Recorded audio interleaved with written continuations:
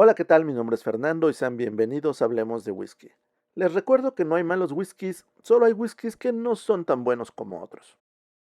En este video vamos a hablar de una de las marcas más famosas de whisky bourbon, el cual, como pueden ver, escribe whisky al estilo escocés. Así es, escrito sin la E. Propiedad de Beam Suntory, hoy vamos a hablar de Maker's Mark, Kentucky Strike Bourbon. Al ser un bourbon, este whisky obviamente es 100% americano, pero la historia de Maker's Mark comienza en el Reino Unido 7 generaciones atrás, con John Samuel Sr., quien viajó en uno de los primeros barcos de migrantes irlandeses escoceses a América.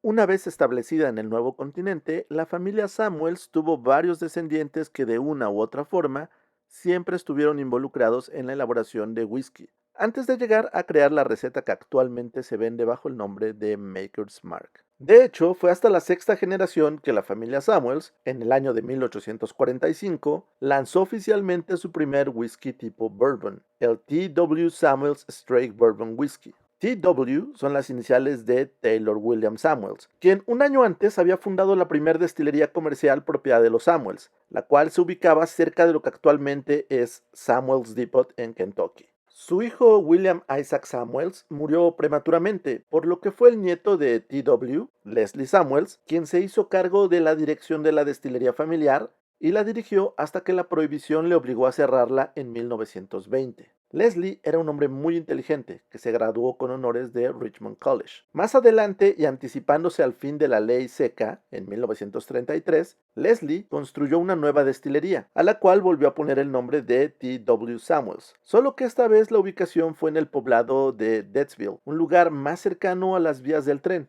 en comparación con el sitio original de la anterior destilería familiar. Esto sería muy importante para facilitar tanto el abastecimiento de materias primas como la distribución de su bourbon. Por cierto, en 2021 la vieja destilería fue restaurada por un grupo de inversionistas ajeno a la familia Samuels y volvió a abrir sus puertas como sitio turístico bajo el nombre de Stillhouse Distillery. Mientras se construía la nueva destilería, el hijo de Leslie, Bill, quien de hecho se llamaba como su bisabuelo, Taylor William, trató de convencer a su padre de que debía producir un estilo de bourbon más suave. Esto debido a que a mediados de los años 30, los whiskies de Canadá y principalmente de Escocia, que eran precisamente más suaves, se habían posicionado en el mercado estadounidense por encima del bourbon. Pero Leslie, más conservador, insistió en que se apegaran a la vieja receta de la familia. En 1936 y tras la muerte de su padre, Bill Samuels se hizo cargo de la destilería y la dirigió hasta 1943, cuando el entonces presidente Roosevelt ordenó que todas las destilerías que no tuvieran una columna lo suficientemente alta para producir alcohol industrial, para apoyar a las tropas en guerra, debían cerrar. Bill vendió la destilería y las marcas registradas de la familia y entró en la Marina de los Estados Unidos, donde sirvió durante 3 años. Al regresar a casa, intentó ser un granjero en Bardstown, pero rápidamente descubrió que esa no era la vida que quería y comenzó a hablar sobre la creación de un nuevo whisky bourbon, uno que fuera lo suficientemente suave como para atraer a los paladares más jóvenes. Así que trató de cambiar la receta familiar de whisky para adaptarse a la nueva generación de consumidores y para ello solicitó ayuda de sus amigos en la industria,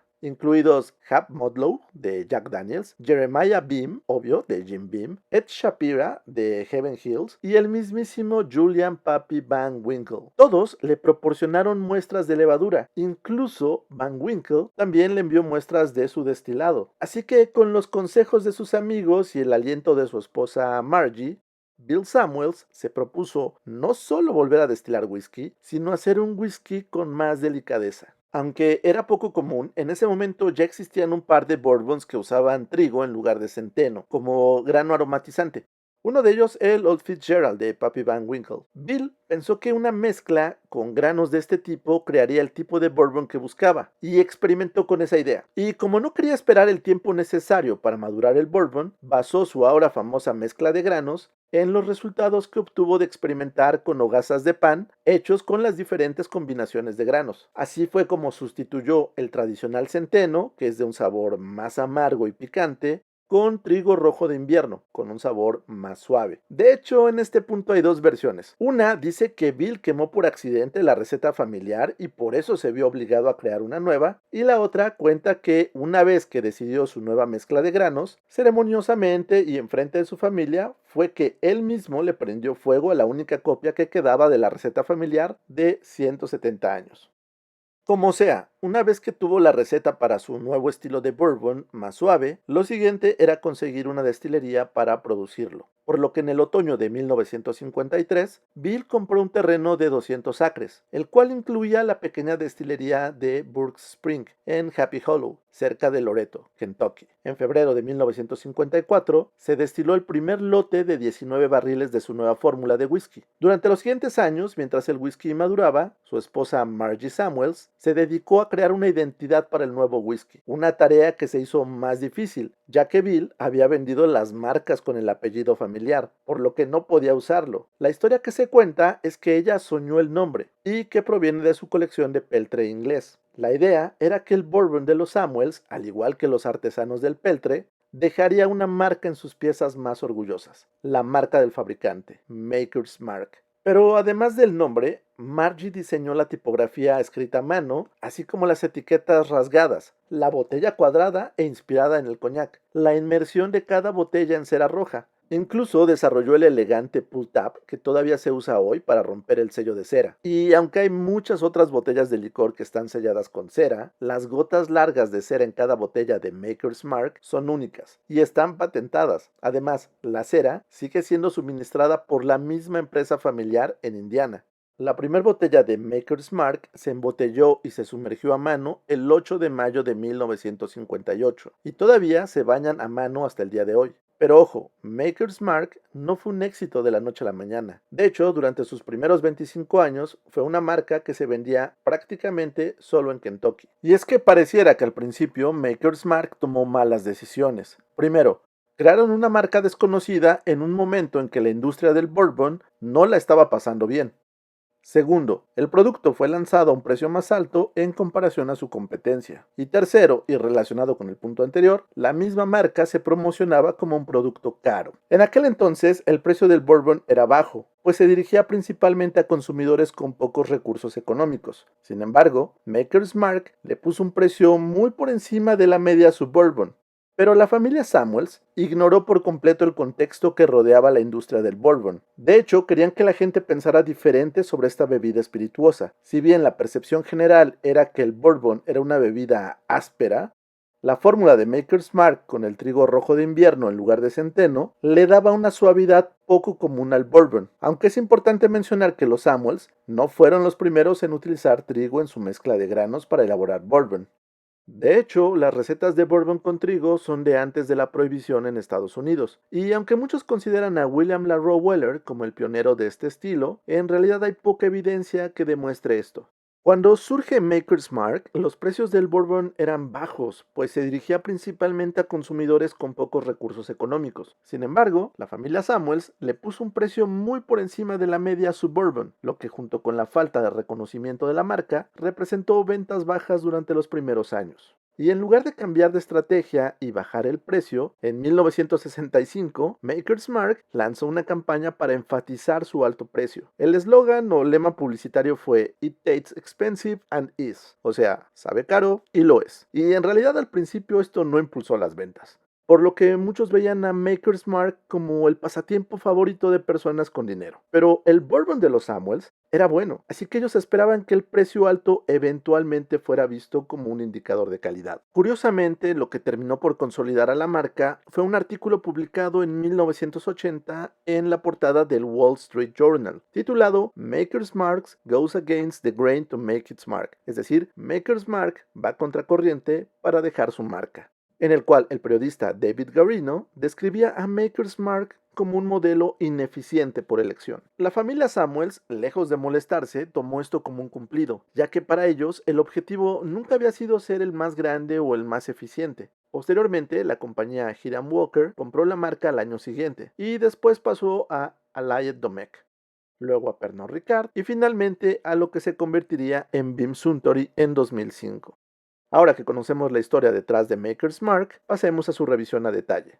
Maker's Mark viene en una inconfundible botella de 750 mililitros de forma cuadrada, con un cuello largo cubierto por un sello rojo de cera, el cual se realiza a mano botella a botella, por lo que se dice que no hay dos sellos iguales. Algo muy importante, este bourbon viene a 45% de volumen de alcohol. Dato curioso, en el 2013 se había anunciado que para poder satisfacer la creciente demanda de este whisky, se reduciría al 42% de volumen de alcohol. Pero los fanáticos de la marca expresaron de manera muy notable su molestia y la familia Samuels reaccionó rápidamente y dio marcha atrás a esta idea.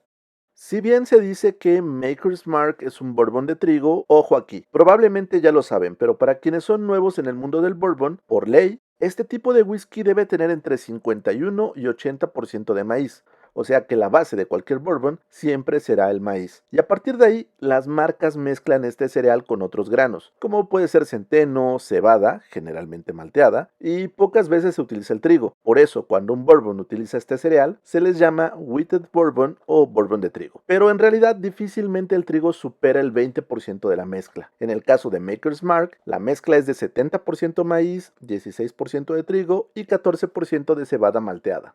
Sin duda, algo que sobresale en Maker's Mark es que también es una de las pocas destilerías estadounidenses que escribe la palabra whisky al estilo escocés, es decir, sin la E. Según la familia Samuels, esto lo hacen en honor a sus ancestros escoceses irlandeses. Bueno, y ahora mi opinión de este Maker's Mark. Actualmente hago dos catas, la primera con el Norland Glass. Con este vaso, como ya lo he dicho antes, el aroma a alcohol desaparece casi por completo, pero en ocasiones también otros aromas. Y creo que por eso se percibe con un olor muy suave, poco dulce, de miel y caramelo. Hay mucha vainilla junto con algo de madera tostada y un toque especiado de clavo y canela. En cuanto al sabor, no hay mucha diferencia. Hay notas dulces, quizás es más el caramelo que la miel. Está la vainilla, la cual resalta mucho. Y tenemos esta nota especiada de clavo canela, acompañada con algo de chocolate amargo. Lo que sí es que prácticamente no se percibe la madera, es decir, el roble tostado. Por último, el retrogusto. Me parece de una duración media, con una evolución muy rápida. Inicia con este sabor de vainilla y caramelo, que pasa rápidamente a las notas especiadas de clavo canela. Y lo último que nos queda en el paladar es este sabor a chocolate amargo. Un buen retrogusto.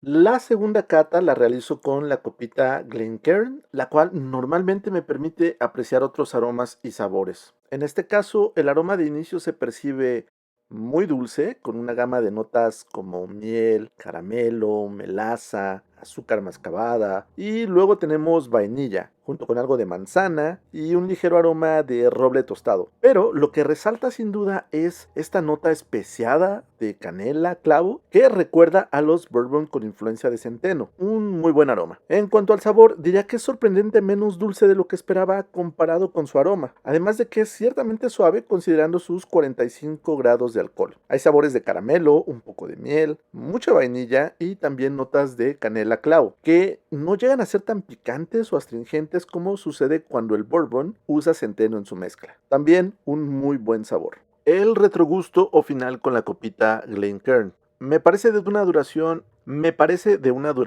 un poco más larga, que igual inicia con este sabor poco dulce junto con la vainilla, pero ahora sí se aprecia el sabor de la madera tostada, para terminar nuevamente con las notas especiadas de clavo, canela y por supuesto este chocolate amargo, que de hecho es lo último que queda en el paladar. Definitivamente se aprecia mucho mejor este bourbon con la copita Glencairn.